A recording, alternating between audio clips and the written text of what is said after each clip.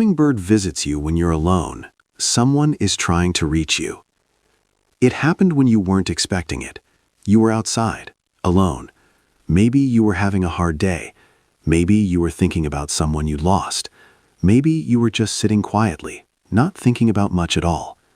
And then it appeared. A hummingbird, hovering right in front of you, closer than it had any reason to be, close enough that you could hear the sound of its wings, that soft, impossible blur of motion, and see its tiny eyes looking directly at you. It stayed longer than it should have, and when it left, something in you felt different. You didn't imagine it, you didn't make it up, and you are not alone in that moment, not by a long way. Welcome back to Backyard Bird Mind. If you're new here, make sure you subscribe, because what you're about to learn will change the way you look at every bird that visits your yard. Today, we're going into one of the most profound and least understood experiences in the backyard bird world, the hummingbird that comes to you when you're alone, what it means across cultures and spiritual traditions that go back centuries, what science tells us about why hummingbirds behave this way, and why so many people just like you, have had this exact experience at the exact moment they needed it most. There are 7 things I want to share with you today. Stay until the end, because the last one is the one that people tell me they think about for years. Before we talk about your yard, we need to go back, because the belief that hummingbirds carry messages from the other side is not a modern invention.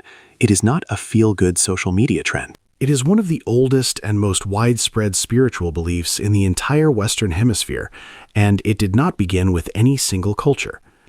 The Aztecs believed that warriors who died in battle were reincarnated as hummingbirds. The god Huitzilopochtli, one of the most important deities in the Aztec pantheon, was depicted as a hummingbird warrior. The Aztecs did not choose this bird by accident. They chose it because the hummingbird embodied what they most valued in a spirit: speed, courage, impossible energy, and the ability to move between worlds. Across the Caribbean, particularly in Trinidad and among many Afro-Caribbean traditions, the hummingbird is known as a spirit messenger. The arrival of one near a grieving person is understood not as coincidence, but as contact.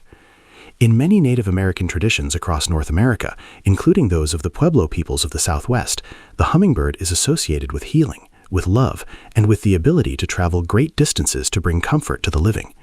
The Cherokee associated with joy and with the retrieval of things that have been lost. This is not fringe belief. This is ancient, multicultural, deeply rooted spiritual knowledge held by civilizations that observed the natural world with a depth of attention most of us have lost. When you feel that a hummingbird is trying to tell you something, you are participating in one of the oldest human experiences on this continent. Now let's talk about what research tells us, because it doesn't contradict the spiritual, it deepens it. Hummingbirds have the largest brain-to-body ratio of any bird species on Earth, a full 24% more brain volume proportionally than songbirds. And a significant portion of that brain is dedicated to memory, particularly spatial and individual recognition memory. Research published in the journal Current Biology found that hummingbirds can remember every flower they visited, in what order, how recently, and how long it took to refill, tracking hundreds of locations simultaneously with extraordinary precision. But here's what matters for your yard. That same memory extends to people. Hummingbirds recognize individual humans. They track your clothing color, your routine, your movements.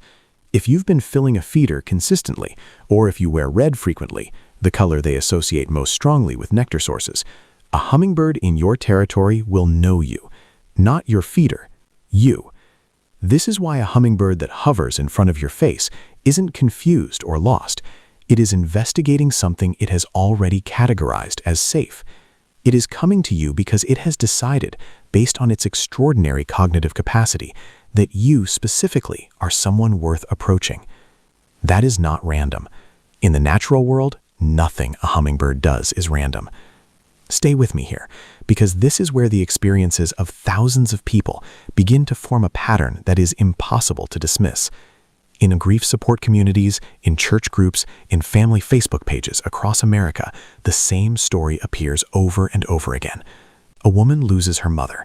She sits on the porch the next morning, not sure she can get through the day. A hummingbird appears and hovers at eye level for almost a minute, then is gone. A man stands at his father's grave for the first time after the funeral. A ruby-throated hummingbird appears from nowhere. It is October, migration season. The bird is passing through. Hovers for a moment directly in front of him, and then continues south. A grandmother sitting alone on her birthday, the first one since her husband died, looks up to find a hummingbird at the window of a room that has no feeder. These are not isolated stories. They are repeated across every state in this country by people of different faiths, different backgrounds, different relationships with the supernatural. What is happening? The honest answer is that we don't fully know. What we do know is this: hummingbirds are drawn to stillness, to warmth, to emotional presence. They are among the few wild creatures that will actively approach a quiet, seated human, not out of desperation, but out of what appears to be curiosity and confidence.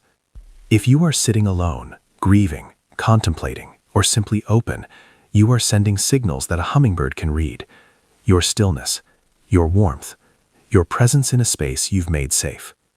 Whether what arrives is a messenger or simply a creature responding to who you are in that moment, the effect is the same. You feel less alone.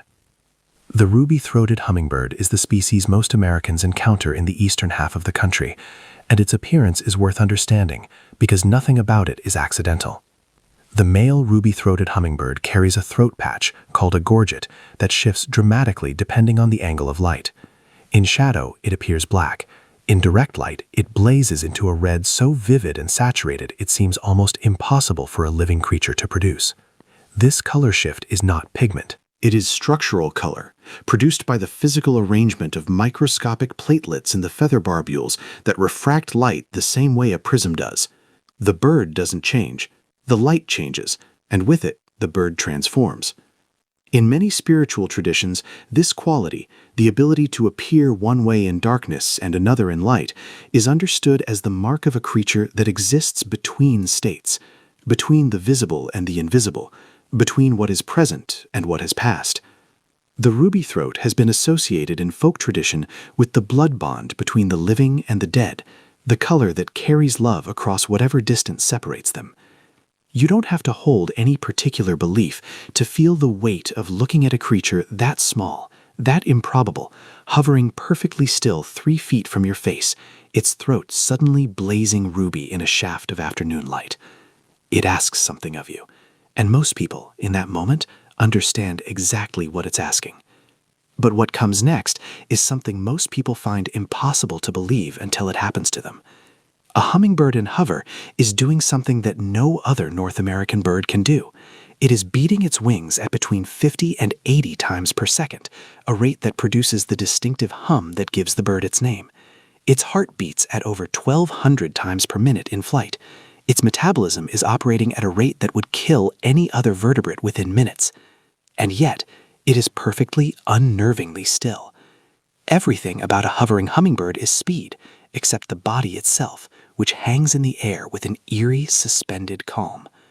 When a hummingbird hovers in front of your face and turns its head toward you, it is making a choice. It is holding position, expending an extraordinary amount of energy to look at you, to assess you, to be present with you in a way that requires tremendous effort. That is not a small thing. Research from UC Davis on hummingbird visual cognition shows that their eyes process movement at 4 times the frame rate of human vision. They can see individual wing beats of other hummingbirds in what appears to our eyes as a blur. When a hummingbird looks at you while hovering, it is seeing you with a clarity and resolution that our own eyes cannot replicate. It sees you completely. And in that moment, for whatever reason, spiritual or scientific or both, you feel seen. If a hummingbird has visited you once during a significant moment and then appeared again at the same time of day, near the same spot, in a season when it had no reason to be there, pay attention. Hummingbirds are among the most location-faithful birds in North America. They return to the same territories, the same feeders, the same perches year after year. Individual birds banded by researchers have been documented returning to within feet of the same feeding locations across multiple migration cycles. They remember. A bird returns to your yard consistently, not just to a feeder, but to a specific spot near where you sit, or near a window you spend time at, or near a garden you tend.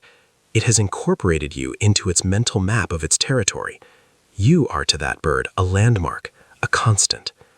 In spiritual terms, many traditions describe the return of a messenger bird not as repetition, but as confirmation.